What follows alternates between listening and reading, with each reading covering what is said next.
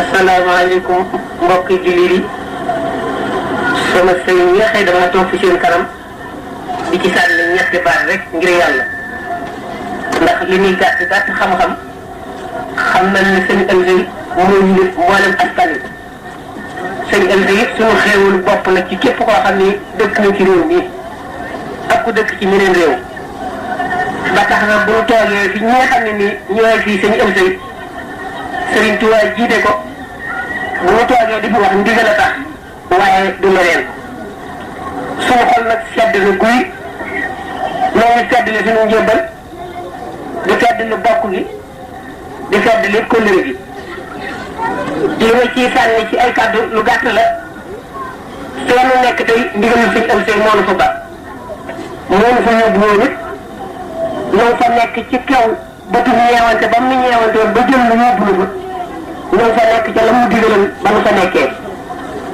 waaye man de li may seere ci sëñ Elzey ñu ma bokkal sëriñ Elzey nañ ko bokk dégg ma woo baax wax na ma ci njaareem ñu ma sëriñ Elzey de toog na fii ba yàgg mu ne ma sëñ Elzey mu dëkk Saalum nee na sëriñ Tuubaa di woon sëñ Elzey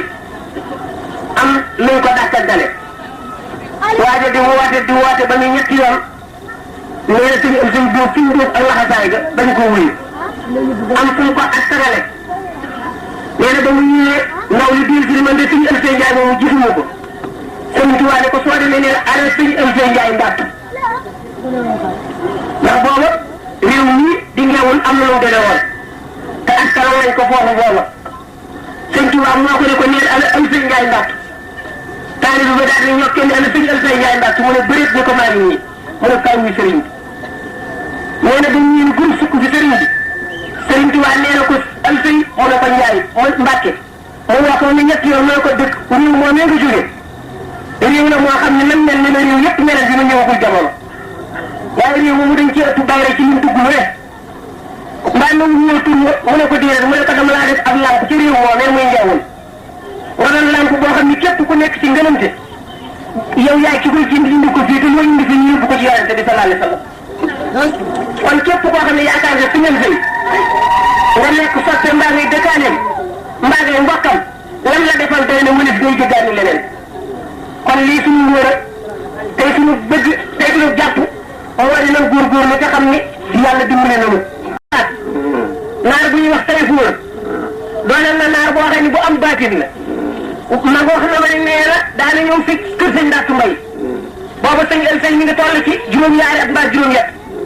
nee na naar boobee de mas na koo xool ba yàgg mu ne jëmm ji ko jur nee ñu ne ko xanaa sëñ Ndàkkee ko jur mu ne jëmm ji de li ma gis ci moom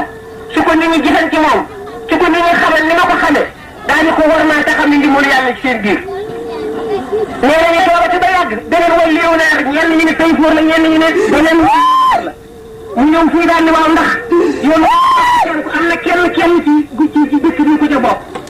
nee na man ñoo xam ne am na benn waar boo xam ne nii de bokk na ci yoonu yoon ñu yegg ci teew